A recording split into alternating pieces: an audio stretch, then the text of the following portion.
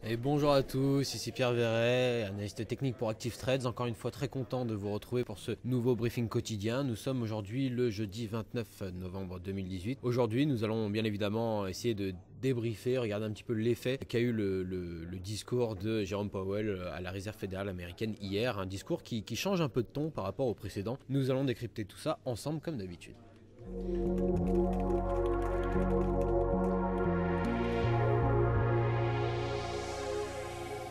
Contre toute attente, Jérôme Powell a adopté un ton plus accommodant, beaucoup plus accommodant même que la dernière fois lors de son discours à la Réserve fédérale américaine hier, en déclarant que notamment les taux actuels étaient juste en dessous, pour le citer, du niveau neutre.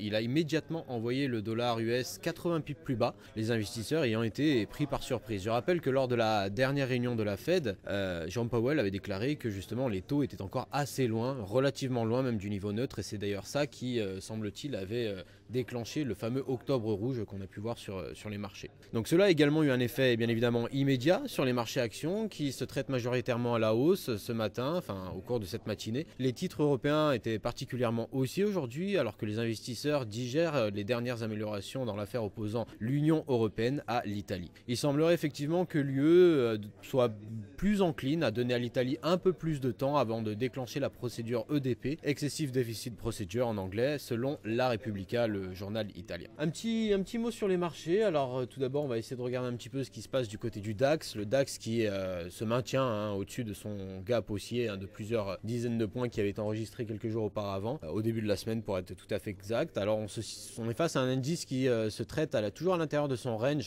d'environ 240 points maintenant, entre 11 280 et 11 400 points en résistance. Pour l'instant, alors c'est vrai qu'on a fait face à un déclin justement au cours de la matinée. Pour l'instant, il me semblerait que les prix rebondissent encore une fois sur cette zone des 11 280 points qui avait été beaucoup travaillée par le passé, comme vous pouvez le voir ici. Maintenant, est-ce que les prix vont retourner justement au contact de la borne haute de ce fameux range à 11 400 points qui demeure la résistance à casser, la résistance majeure pour permettre au prix d'aller chercher de nouveau plus haut, potentiellement autour des 11 550. Pour cela, il faudra avant tout que les prix s'affranchissent du niveau intermédiaire de 11 350 points. Donc voilà, affaire à suivre. Pour l'instant, c'est vrai qu'on fait face à un déclin, mais des acheteurs semblent en tout cas bien défendre cette zone-là. Situation un petit peu similaire sur l'indice italien, le FTSE MIB ce matin, puisque, alors on va essayer de zoomer un petit peu plus, voilà.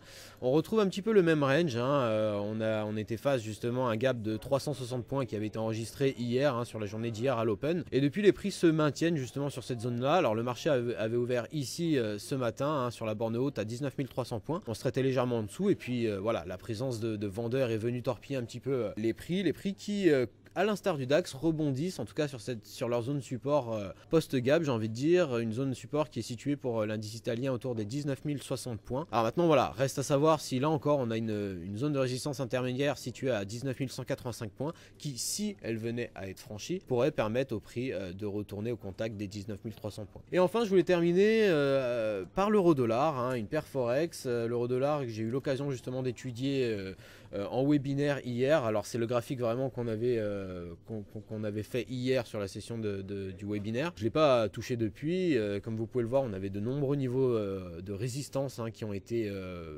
franchis avec le spike provoqué notamment justement après les déclarations de Jérôme Powell qui, comme je le disais en introduction, ont torpillé le dollar littéralement. Donc voilà, des prix qui s'inscrivaient dans un canal baissier de court terme. À l'intérieur de ce canal, on a des prix qui évoluaient à l'intérieur d'une figure en biseau. Une figure en biseau qui a bien joué son rôle de figure de renversement puisque voilà, validé ici autour des 1,1290. Les prix ont connu un spike qui les ont emmenés justement au-delà de la borne haute de ce fameux canal baissier, comme vous pouvez le voir au contact des 1,1380. On a connu un plus haut ici même au niveau des 1,13, au seuil des 1,14 quasiment, 1,1397. Depuis, le marché a effectué un pullback pour l'instant confirmateur au niveau de la borne haute justement de ce canal baissier qui correspond à une zone située à 1,1350 et depuis le marché voilà est assez bien orienté à la hausse. Je rappelle que vraiment ce changement de ton, de cap de la part de Jérôme Powell a changé un peu la donne, en tout cas sur le marché du Forex et surtout pour les paires en dollars. C'était tout pour moi, voilà. Alors faites attention cet après-midi, on a pas mal d'annonces, notamment le CPI allemand qui devrait pas mal bousculer les marchés aussi. Et puis aussi on aura les minutes du FOMC à 19h heure d'ici, donc il sera 20h